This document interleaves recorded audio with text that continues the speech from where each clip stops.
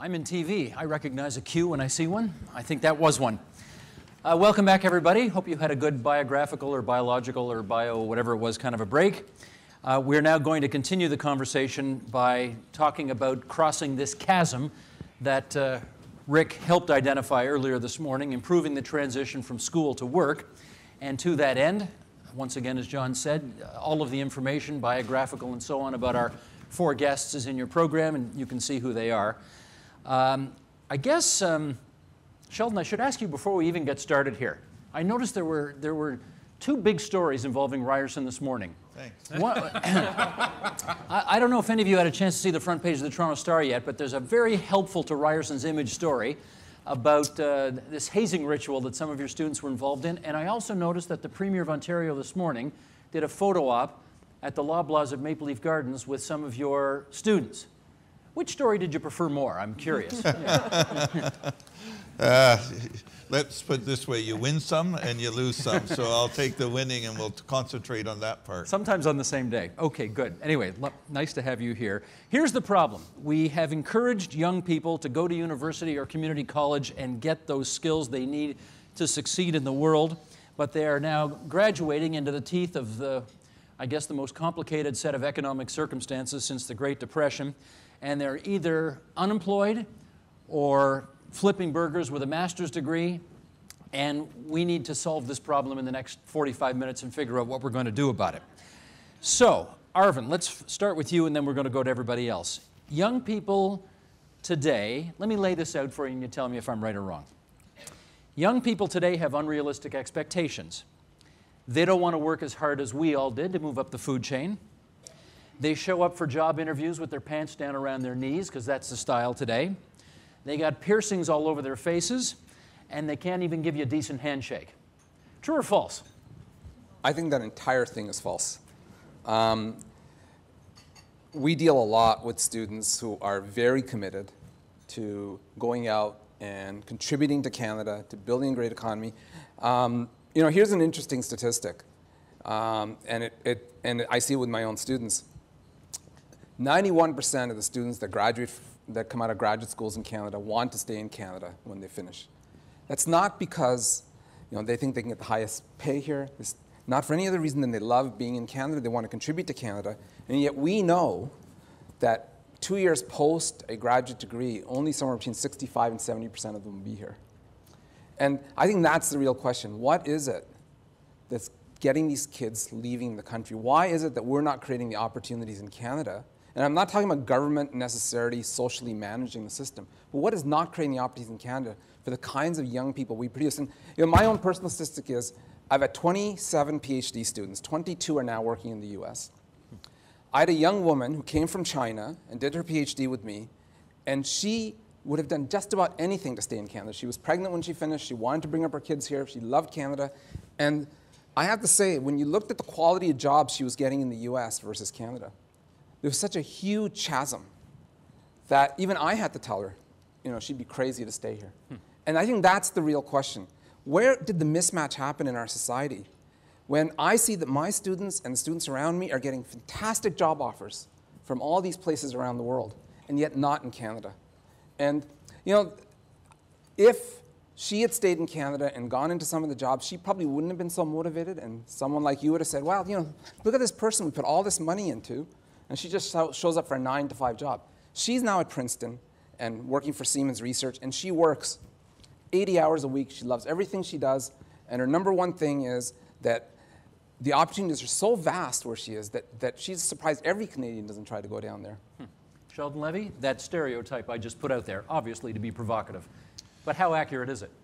Well, I'm with the last speaker. I think it is not even close. What I see in this generation is whether you call them Generation Y or Z, I don't know what happens after the Z, but they are, I think, much more entrepreneurial. I think they are generally a group that does not see themselves as entitled. And I think it's what has been referred to as the asset-light generation, whether it's the mobile generation as well. So I don't think it characterizes the students at all. And always what we do is that we will look at one 1/100th of a group of students and try to characterize them all in the same way. And I think that's unfair, as well as it's unfair to begin by an assumption on data that seems to be manufactured as opposed to accurate, where university students are getting good jobs, but are they all, is there a mismatch? Of course there will be to some degree. What I think the issue is very similar, but I would put a different context on it. I think young people are becoming much more entrepreneurial. I think there's a larger proportion that want to, in fact, start their own businesses and become the employers of the future, not only the employees. And where I think the industry and companies can help is giving young people the opportunity to be able to bring their products to market in Canada, rather than seeing their only way of bringing products and ideas to market is in the United States. And the pull towards the States, which I agree with my colleague, is really there. But to characterize the students as lazy or anything of that, I think is not only wrong, it really is a stereotype that harms the country. And I think what we should be doing is doing everything we can to give the students of this generation a step up. We're leaving them with debt, we're leaving them with our pensions, and it's about time we give them the favored citizen position in society and giving them the optimal number of chances rather than the stereotypes. We'll figure out what that means over the course of our discussion. Linda, what do you see with these 20-somethings? Well, I don't think that there's a huge difference in terms of work ethic and that type of thing. I think that what we are seeing is a misalignment, however, between what young people's expectations are and what they're seeing out there. And I think part of the problem might be that somewhere along the line somebody told them, study something that you love and you'll find a job at the end of it. And that doesn't always work out, or at least it doesn't always work out to the expectations that they might have in terms of the income that they can generate. And then there's disappointment because they get out there and they've studied something that they really enjoy, but they can't find a job that gives them a level of income that they're looking for in that field. And then meanwhile, on the business side, we're really struggling to find people, so who have the skills that we need. To me, there is definitely a misalignment, and it's not just in the skilled trades area, which is a huge issue and a growing issue for us and for many other companies, but in other professional areas as well, including engineering and accounting, where you think, well, there's a lot of people in those kind of programs, but frankly, we find there's just not enough. There's misalignment in a few different areas, and I just think young people need to think a little bit more about, I really enjoy this, but what are the different jobs that I can do, and do I like that idea? And if not, what do I like, but I also like the idea of the job that I can get when I'm done. And we're seeing, we talked about it in the last panel, young people who go to university to study something and then find, couldn't get a job I liked, and now they're going back to get something more practical, more education, maybe a trade that will help them get a job. Jim, what are you seeing out there? I see a young generation that is, first of all, better educated than any other generation in our history, more skills across the board. I agree with Sheldon that their expectations are not high. In fact, their expectations are low. Their expectations have been forced down by years and years of really lousy opportunities at their end of the labor market. I mean, they are the ones who've obviously grown up in a world not where you got an entry job and built a career. They've grown up in a world where if you're lucky, you get a precarious job, and if you're even luckier, you hang on to the precarious job. I don't think there's any issue about their expectations or their attitudes. I think they are a generation that is interested in more than just money. I think it would be totally wrong to say it's just about money and their expectations of money are too high. In fact, they want meaning. They want to change the world, frankly, in terms of the sorts of subjects they take on and the way they work. Even if they are going to be entrepreneurs and start a business, their goal, by and large, you can't generalize, but Many of them, their goal is not to become rich from the business. Their goal is to do something meaningful with the business. I think they have been shortchanged by our policy framework, by our economy, and by employers, frankly, who know that it's a vulnerable labor market out there and who are taking advantage of the vulnerable labor market with this trend towards precarious work. If you actually offered people a job at the end of their training with some reasonable certainty, as the Germans do, for example, through their system, you would have students lined up around the block, even for bread and butter, skilled trades type of positions. I think we have to look in the mirror, not blame the young people for what their challenges are. You mentioned employers, and we've got one right here. So I want to follow up on something Jim said, and also with something you said a moment ago, which is based on your experience. You see the young people who are coming to you for work. Have they been adequately trained, prepared, etc., for what you have to offer? Certainly not in specific areas. I mean, skilled trades is a perfect example that there just isn't enough people in those learning those trades and coming up to take on the positions, so that to the point that we're forced, therefore, to go abroad and use immigration as a stopgap. Can you give me a for instance to on fill? that? Absolutely. Just a year ago, we did a big recruitment drive in the Philippines and brought 50 skilled people to Canada, to Ontario. Skilled at what? Machinists, maintenance, electricians, millwrights, because we could not find enough people to fill those roles here. You couldn't find 50 people in Ontario. That's right. To do that work. Absolutely. We could not. So we've been recruiting abroad for years in these fields. We work closely with both the Canadian government and the Philippines government, and it actually overall was a great program for us, a real win-win, because we didn't have the people here. These people have an opportunity now to come to Canada and build a life here, and we get the people that we need. But that certainly has been a significant gap for us. And somebody brought up Germany a minute ago. I mean, Germany is a great example of a system that I think we can learn a lot from. In Germany, about 25% of German young people get a university education. Not dissimilar to Canada. I think it's pretty close to that. I think we might be a little bit higher. In Germany, 25% get the university education, 75% get a trade. Okay, there's no big gulf in between of, I'm just going to get a general education and see where I go with that. You're either going to get a university education, or you're going to get something that's useful and it's targeted and it's going to get you a job when you get out. Hold that thought, because we're going to follow up on that later. But Sheldon, I don't know whether you graduate students in any of the areas that Linda just referred to, but how is it possible that this significant employer in the province of Ontario has to go to the Philippines to find 50 people, because in a community college system that graduates thousands every year, we can't find 50 to do this kind of work? Well, I don't want to make an argument one way or another for an area that is in the college sector, or perhaps in the college sector, that I don't know. But what I would say and Ryerson might be one of the extreme examples. We see each of our programs as being tied to the economy, and in our mission, it's about relevance. Doesn't matter if it's an undergraduate or a PhD program. Every program has an external advisory council that is mostly made up of people in the private sector that give us guidance on it.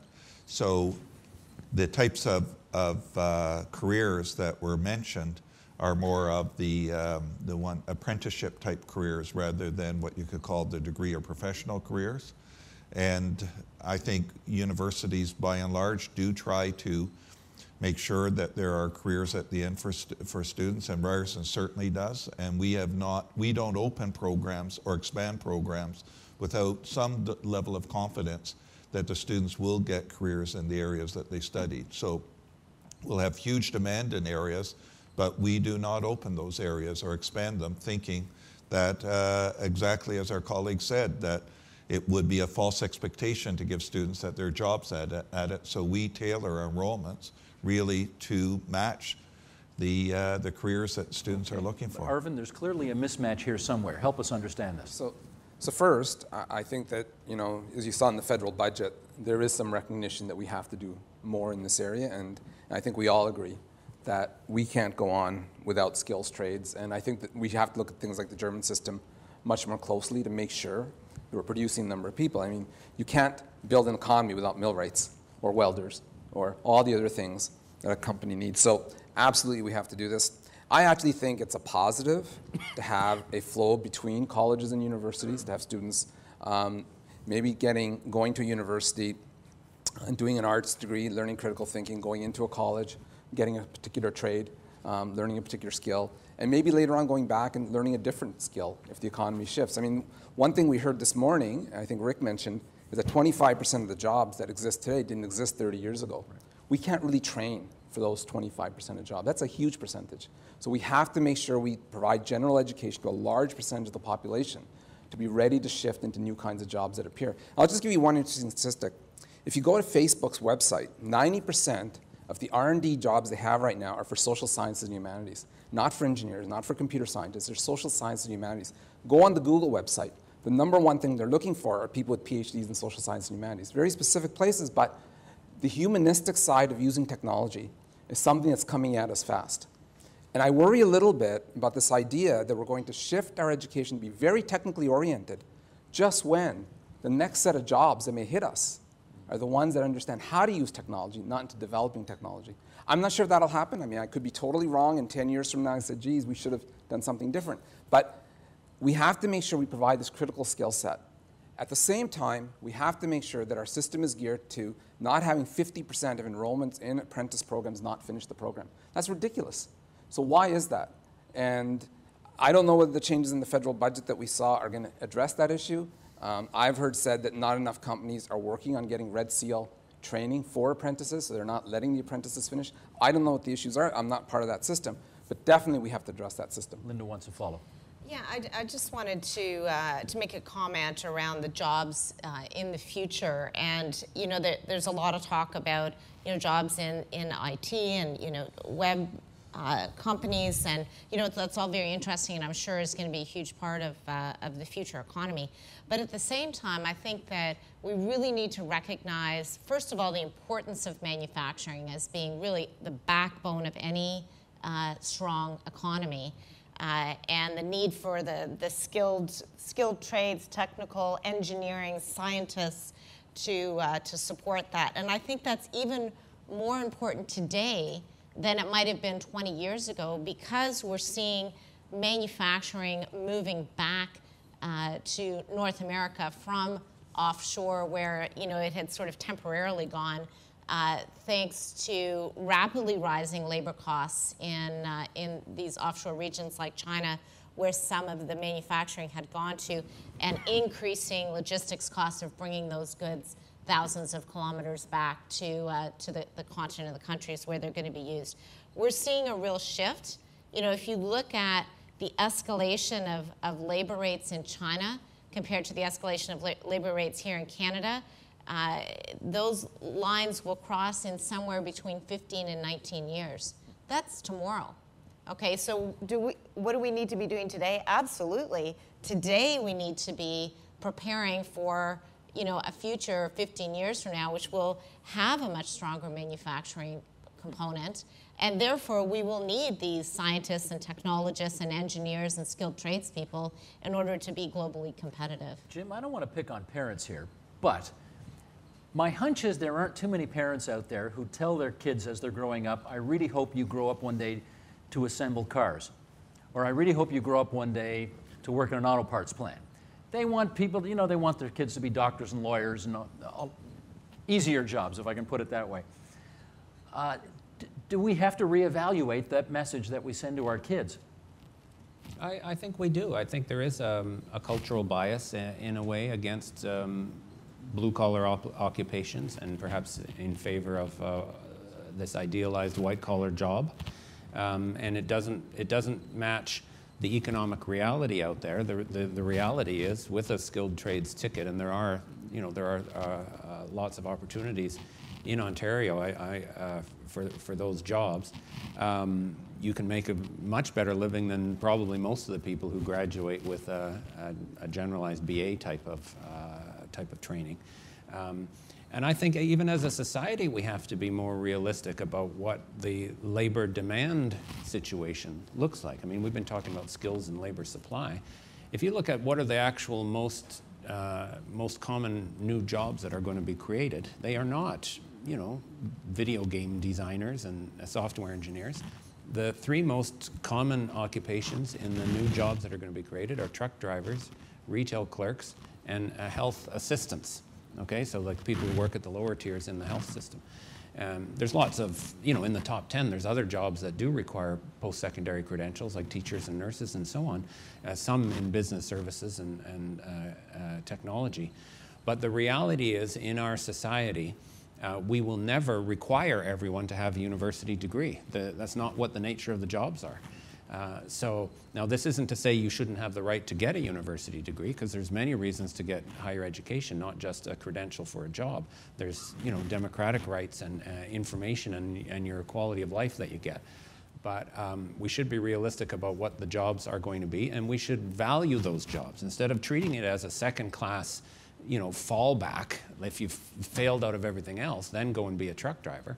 Why don't we say society needs truck drivers? We can train the best truck drivers and then give them wages and working conditions that recognize that value. I think that's a way of lifting up standards for everyone, not just for the group that happens to be in hot demand at any point in time. Sheldon, how do we do that? How do we make those jobs which we will need, but which may today seem less sexy, more relevant to people? Well, this is where you'll get quite a bit of agreement. I think that when a young person has got the talents, interest, and aptitude to be able to do something that is more of a hands-on occupation, whether it's in any of these companies, and they feel the societal peer pressure, family pressure to move into something under which they're perhaps not going to enjoy and not be successful.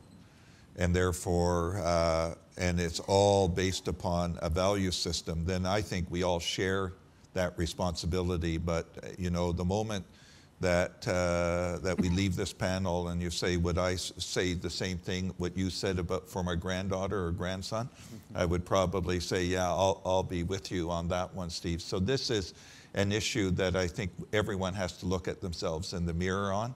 I do not think it's one that can be legislated. And maybe when you look at the German system that shares values at the educational level that is different than the hierarchical system we have, we might be able to change it. But it's in each of us, exactly what you said, Steve. And I think that this is a very, very important issue of steering kids in the wrong direction because of what other people think rather than where their talents are. There's even, Arvind, among some parts of society, a bit of snooty attitude if you want to go to a community college instead of a university nowadays. Well, what do we do about that? And I think, I mean, this is a huge issue. And let me just take into my little world. There's a really snooty attitude in graduate school about going and working in a company versus being a professor. Okay? We still have this attitude that you failed if you didn't go and become a professor. Right? And that's at the very end, the top end of the educational system, which is just ridiculous. And we have not done a good job. I mean, I think the real success of the German system is bringing industry and academics and the PSC system together to jointly train. It's no longer the post-secondary institutions train and transfer those people into industrial jobs. Those two solitudes have to come together and take it as a joint responsibility to train the people of the future. So the fact that the apprenticeship programs in Germany are graduating 90% of the apprentices, and here we're doing 50%, is actually not a failure of the post-secondary system. It's a failure of the industrial base not to get those people through the system. Yes. Okay? That's a problem. And it's because the industrial side doesn't see it as their responsibility to produce people. That's someone else's problem. My job is to hire those people. I say that's wrong. And it's the same problem we have in my world at PhDs, where it's somehow not a responsibility of society to think about where we need the kinds of people that get PhDs and how to integrate them into society. We think that's a university's problem. And that's not a university's problem. These are our kids, or my kids, or your kids, or our citizens of the future. How do we bring those two solitudes together? I mean, Germany has done a great job on many things. I don't think they've done a great job on a few things, but for the most part, Germany, Korea, Finland, the Scandinavian countries are doing a great job of bringing those two solitudes together, and that transcends from 2-year college diplomas up to PhDs, thinking about this transition, and frankly, having a two-way flow so people can go from working in a company back to get new skills and come back with new skills back into a company. Companies are much more likely to send their employees back for additional training in these countries than we ever are in Canada. I think you've ticked Linda off a little bit. Just a little bit. Let's see. Well, all I was going to say is, I mean, I can't speak for all companies, but certainly there's a lot of companies, ourselves included, who are investing millions in training and apprenticeship, and see it absolutely as our role, not somebody else's role, to create the people that we need. But I think that the broader answer is to start earlier, and that's part of what they do in Germany as well. And we had the panel earlier on the secondary school system and earlier years as well. And I think we really need to move a lot of that. It's okay. Training, back into the secondary school system. Thanks. And teach people something specific, something in a sector that they're interested in high school, and then use it as a building block. So, you're going to pick a sector. Maybe it's manufacturing. Maybe it's even so specific as to be a skilled trade, like becoming a machinist, or construction and becoming a carpenter. Okay. And you're going to learn something about that in high school, but at the same time be getting an education that will allow you to have options when you finish high school. So you could, you learn something about that trade, about that sector, and you could graduate high school and just go and work in that sector and see where that takes you. Or you could decide to go to college and build on that education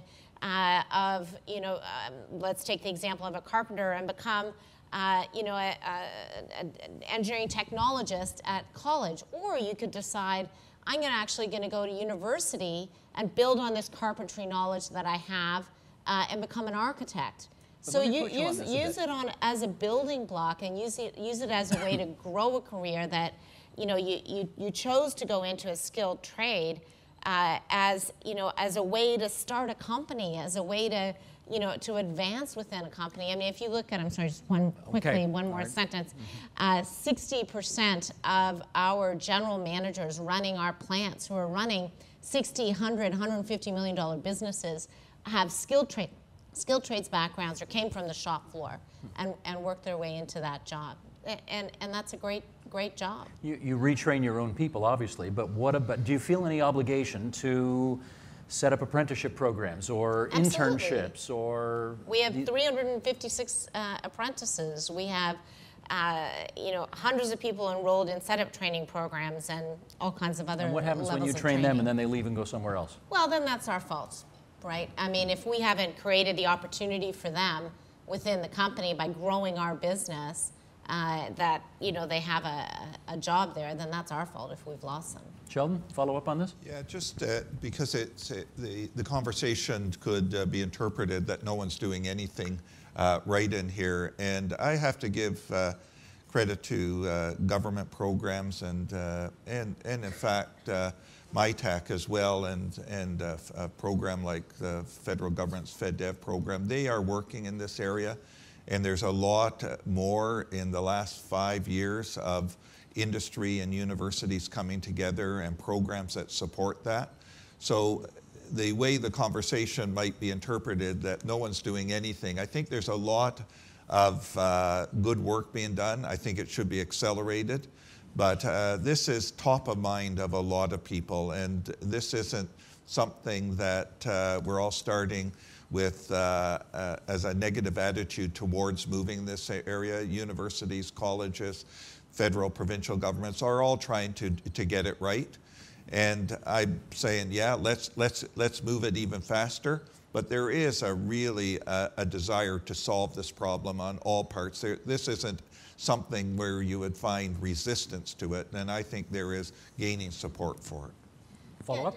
Just a follow-up on that. I totally agree. There's some great programs out there that are really helping. And one great example here in Ontario is the Specialist High Skills Major Program, where at this point I think we have over 30,000 students who are getting their high school education with a major in a skill area. And those skill areas are quite broad. There's 18 or 20 different categories, but there's probably 8 or 10 of them that are really the highest areas of focus, whether it be health and wellness or manufacturing or business, retail, or arts and culture. Are there jobs for them once they're done? And there's absolutely jobs because the program works with private sector to create co-op opportunities, to create job experience opportunities so that they're getting some real life experience. And again, you do have the optionality within that program in terms of the courses that you're taking to, at the same time as you're signed up for your high skills major, you're also taking university level courses. So again, you do have the optionality of continuing on to university. It's the Ontario government. Ontario government funds it. Okay, and, Arvind, and to me, we should be building on that. Personally, I think we should have 100% of the students go through that program. How could it hurt to learn something, to learn a skill, to learn something about a particular sector at high school that you can then build on after? And worst case, you've learned something that can actually get you a job. Sure. Arvind, I totally agree, and I have to say that the best thing I ever did was work in summers in a warehouse, learning how to operate a forklift. Opened up all sorts of ideas on things. I now am a professor, so I don't operate forklifts, but I think that was some of the best years of my life. You learned you didn't want that work anymore, is that right? Actually, I wouldn't have minded. I actually had such a good time. That was my fallback position if the PhD thing didn't work out. But I really had a good time, and I learned a lot, and very smart people working on the warehouse floor, doing the kinds of things they were doing. They were solving packing problems that mathematicians have been trying to solve for years. But I think this whole idea of experiential learning, let me just put a different twist on it. I think it goes both ways. Experiential training is just not about the student. It's also about the company. And Sheldon mentioned this program that we have. And so we have a program to get PhD and master students out into companies doing their research with the company instead of just sitting at the university. And the number one feedback we get from companies is they never knew such people existed. They never knew that there were people thinking in a deep way about the kinds of challenges they face as a company.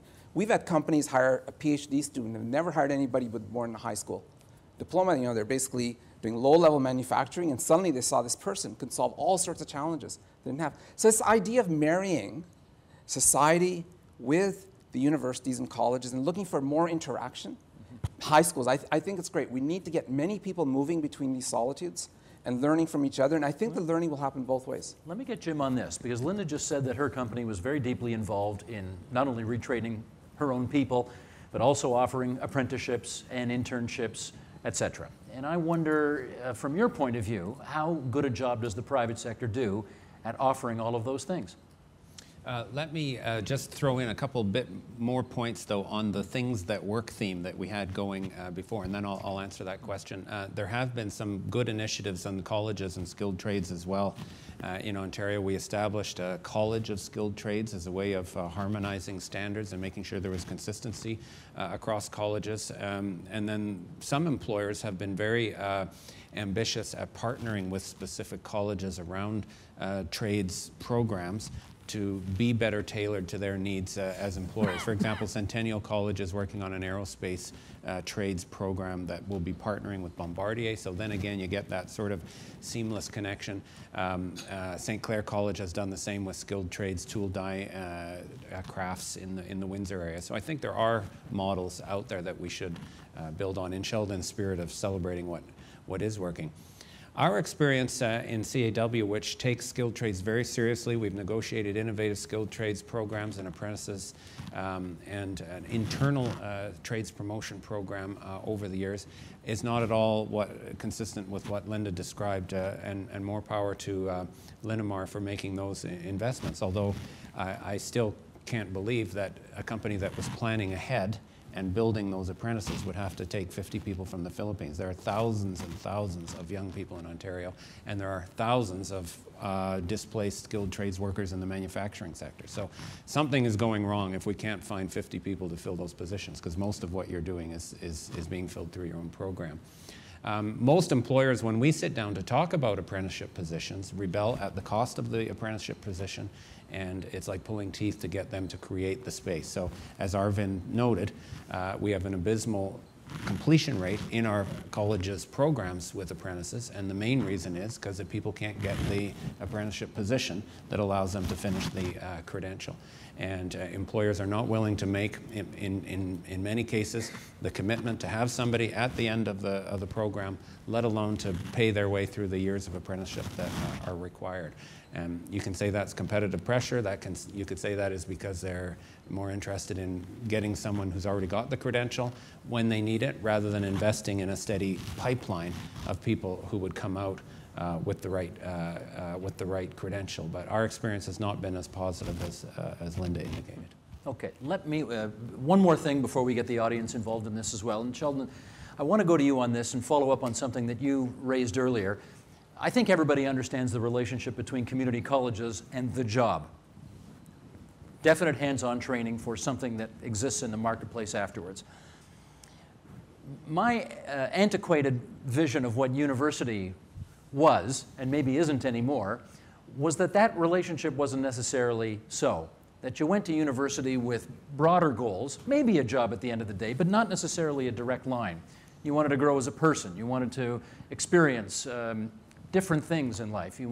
And the direct line between a job and your education wasn't necessarily there. Are you saying today that shouldn't be the way it is? That business, the concerns of business or the concerns of the job have to be paramount even on the university campus? I'm going to just comment on a few things in that regard. One of them is that the data does continue to show, despite what you or others may wish it not, that university students, which are in everything from social science and humanities to engineering, undergraduate and graduate programs, are getting careers at a very good rate, 80+%. Arjan mentioned that the jobs, whether they're in Google or Facebook, if I recall, are in the social science and humanities. So I don't think that we're going to and should essentially define our universities as their only function to be direct entry jobs into a company. I think we'd be a sorry country if that was the definition of a university. What I was saying was that there are at Ryerson a much more direct connection between the programs and the careers because of the type of university we are, and that attracts a certain type of student. It doesn't mean it's a better or worse. What it means is that it is of a particular type of university, but I would think it would be a disaster for our country to define universities only function as a pipeline for a job in some business. And I don't think we're saying that at all. I think what we might be saying is that there might be a slight shifting in balance that might be important.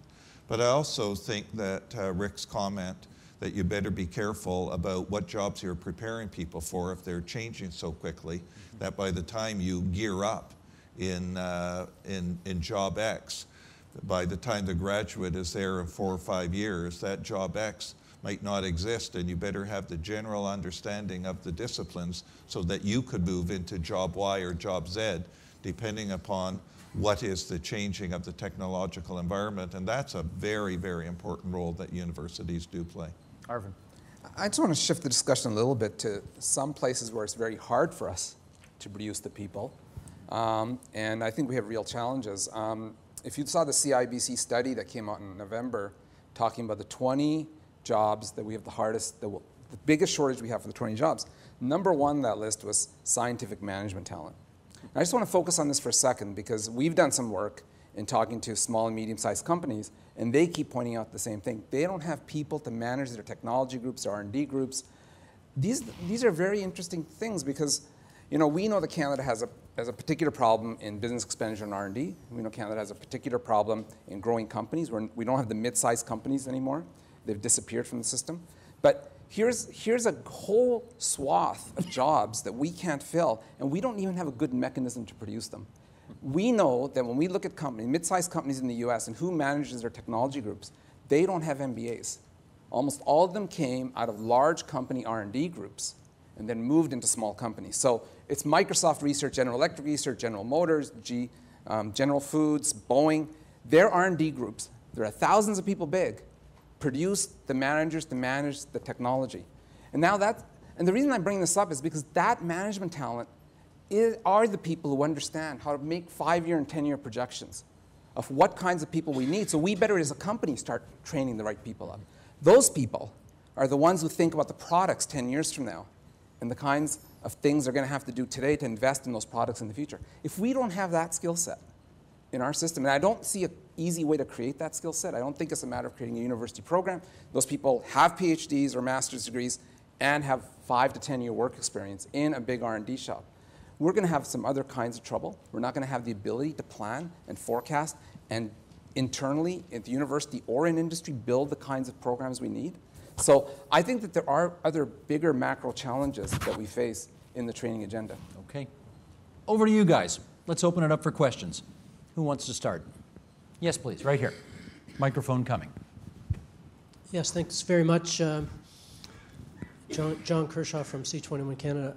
I'm interested in just making an observation, and maybe some of the panelists will comment on it. A lot of discussions about the transition to work, and really more from the college, university level, whereas in my world, I believe that the transition, or the career counseling has to begin at in the very early grades, and we have to do a better job of exposing the younger generation to what opportunities are out there and allow them to pursue those interests. The day of career counselors in education has gone the way of the dodo bird. There's just not the people in the system, and they certainly aren't skilled at being able to know everything that's out there or project everything that's out there. How early? What's that? How early? Well, I know of at least one company that starts getting kids to express their interests right at the kindergarten level, and then scaffolds up in terms of finding out what kids are passionate about, what their interests are, and then over the duration of their K-12 exposes them to the different kinds of career paths that are open. So I'm just kind of wondering about any of the panelists' views on this whole idea that transition to work or career counseling begins earlier. Well, I totally agree that we need to expose our kids to different careers, what different career ideas can be at a much earlier age. You know, I'm a big fan of that. You know, I don't know about the kindergarten, but certainly as an example, over the last 2 years, or maybe it's been 3 years now, we've run a skills camp for young girls who are in grades 7 and 8 to expose them to the idea of different skilled trades. So it's a week-long summer camp. And we bring them in and we, take them out to our plants and talk to them about, automation and, electrical circuitry, and have them build things, and they love it. My own daughter did the camp last summer, and she loved it. She just found it so interesting, and I think it's great because these young girls now are thinking about, a career in these areas and understanding where those opportunities might go, to the point that I was making earlier about use it as a stepping stone. And we'd provided the facilities and the teachers, the skilled teachers for the program, but we worked with Skills Ontario, who had put the curriculum together for the camp. And I was so impressed by it because one of the things they asked the girls to do at the beginning of the week, their major project sort of thing, was to come up with an idea of a business that they could start with that skill. And then at the end of the week, they did a presentation and they had to talk about a business plan. These are girls in grade 7. a business plan of, you know, who their target market was, how they're going to reach them, what your product is, you know, what's this going to look like. And I went to hear all the presentations, and it was so impressive because these girls are so creative, and you know they're not yet bound by, you know, the laws of physics. What can and can't be done. So they come up with some fabulous ideas. But I just thought it was great how, you know, they turned it into sort of an entrepreneurial, put an entrepreneurial slant on it. That, you know, here's a skill. This is something you can learn, and then, you know, let's think about what you can do with that. And I think the more that we can do like that in a lot of different sectors would be great for our young people. Great. Next question, please. Yes, right in the middle. Thank you. I'm Bruce Simpson with McKinsey. A couple of thoughts I'd love you to get your inputs on. First of all, a recent survey that we did globally showed that less than half of the kids at school feel they get access to the right information to make the choices about ongoing education and so on. So how do we increase that awareness? Because listening to a number of you, there are alternatives out there that they just perhaps don't think of. Secondly, perhaps... Hang on, one at a time. One question at a time? Okay, who wants? Sheldon, please. Let me just comment, and I'll not to answer my own question, but I'll get to yours. We are trying to increase the number of women in engineering. It was on the rise, and now it's 1 in 5, and it's pretty clear it's across the country. And you ask yourself, what can the university do? The only thing the university can do is hope that the system is bringing more young women who have the talent, and therefore you ask the next question, which is what is the biggest problem? And that is they're dropping mathematics like a hot potato at too early an age. So one of the questions you could ask is, why does that happen? When I was in way back then, I remember I had to take French all the way to grade 13, but we now can drop some of the critical skills too early to give people at least the opportunity to take a chance. But to the point of the question, I think today's young people get their information wirelessly. They get it through social media, and if we begin to think that all of the information is on bulletin boards, then we're going to miss the point. We have to talk to that generation in the way that they are listening, and not to pretend that we know they will listen to us how we want to communicate. We have to communicate to them how they want to listen. And that takes a talent that is probably not as available as it should, but it's a darn good question how you communicate to the younger generation, but you better use their tools. Second part of the question? Yeah, the second question, perhaps some of the more exciting news that we've seen is use of technology to lower the cost of apprenticeship programs. Where in Australia, for example, they now teach marine pilots by using simulations online, which include things like weather in the different ports across the world, which lowers the cost of apprenticing people who want to work in the shipbuilding. In India, simulated hotels online, where they train people to work in hotels. And this is actually, it is reducing one of the barriers. I think Jim commented on the cost of apprenticeship programs. And there are good examples out there where this is sort of democratized to some extent, some of the training that one can get, make it accessible at lower cost to others. And I wonder how we could leverage that more in Canada to be able to close that job gap. Jim, Arvind, you want to go for it? Well, after you, Alphonse. I mean, I actually don't know these programs, and I don't know how much apprenticeship training. It seems to me inherently apprenticeship training is about experiential learning. So I hope some of these kids go into hotels and see real bed bugs and not computer bugs. But I do think that technology is going to fundamentally change the education paradigm. The advent of massive online courses is going to change the way kids learn. I think it's actually going to be different than we imagine. I don't see the day where massive online courses replace a bachelor's degree.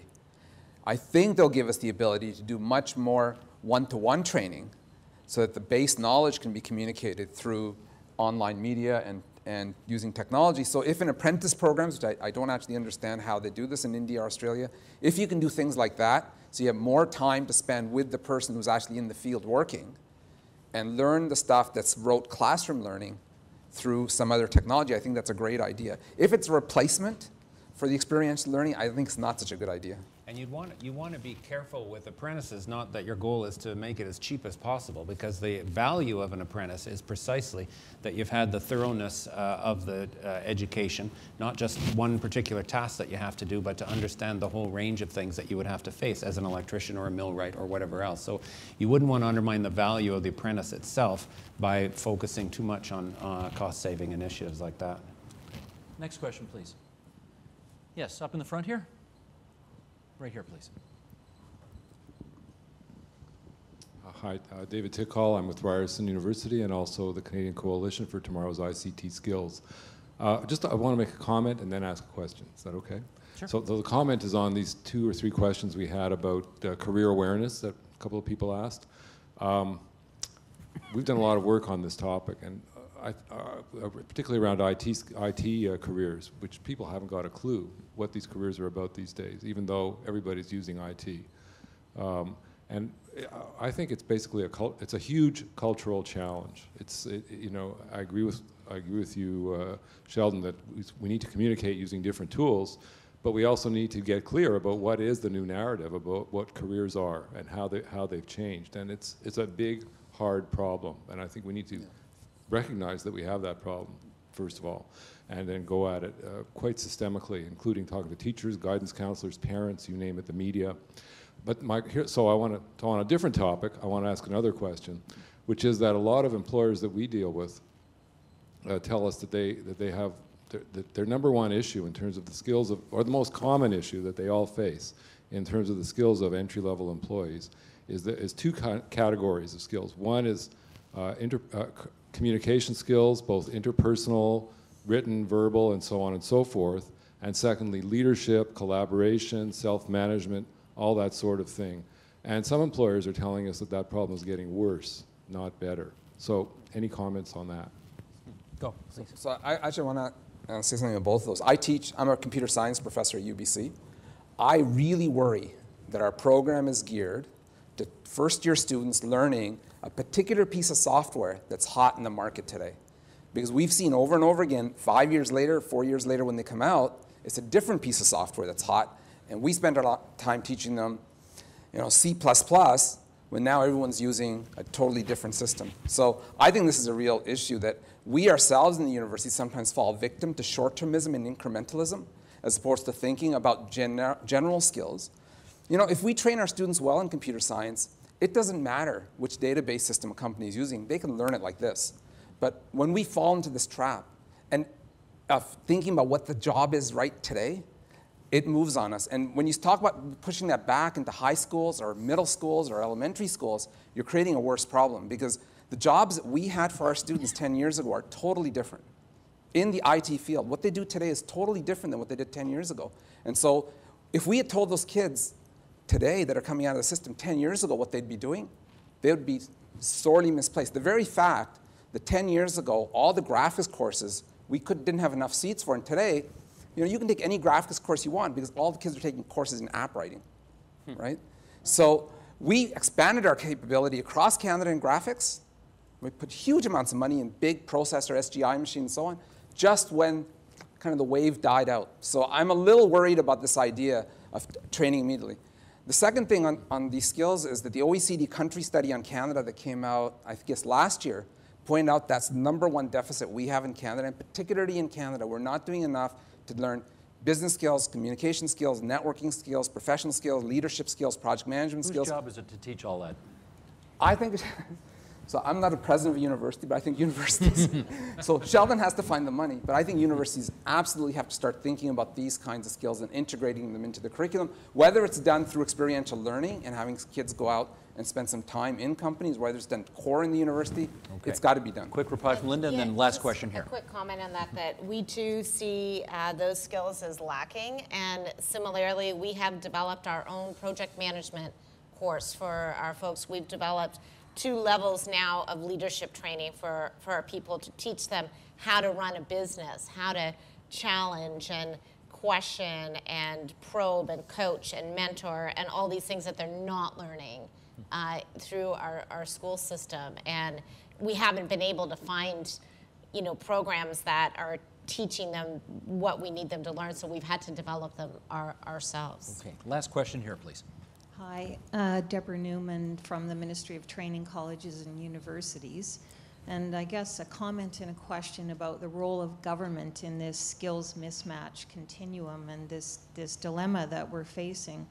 Our experience in terms of government intervention in supply and demand has generally not been that positive. So a prime example is a decade ago, government funded many more teacher education spaces because there was an undersupply of teachers in the market. A decade later, we're producing twice as many teachers as there are jobs. And so we now find in good conscience that we're going to have to intervene to reduce the number of funded teacher ed spaces. So I guess, getting that supply and demand equation right is very fraught, and whether or not government should intervene is a significant question in my mind, or should we just let market forces take care of the issues? So I'd be interested in perspectives of the panel with respect to that. Okay, who wants in first? Sheldon, you want to go first on this? Well, I think the issue that you identified, the government then corrected course, if I can say it, with regard to teacher education to an extent. But I do agree that picking winners and losers is probably not a good idea for government, at least at a micro level. Perhaps at a more of a macro level it might be possible. And by that I mean that they're big sciences and engineering versus other disciplines. But I do think where the government can support is providing the opportunity for universities to be able to shift their emphasis with essentially support from government without penalties. By that I mean it's very hard for a university who's in a certain set of disciplines to immediately move to another set of disciplines. And there is a transition period under which might be of good interest to the students. It's very, very difficult financially, the way everything is set up, to be able to move your product line, if I can put it, to another area. And government support that allows a transition for a university that is obviously in the interest of the economy and interest, most importantly, of the students, I think would be helpful. And I don't know exactly how to do it, but I do agree with you, Deputy, for the government to sit there and pick areas is very, very difficult. And as I earlier said, by the time that discipline is filled, the graduates now are unemployed. So it's something that I wouldn't advise on the government level. Linda with a word? No, I No, didn't have you're good? anything to Okay, add, no. sorry. Anybody else? We're happy? Yep. Thank you once again for this group here.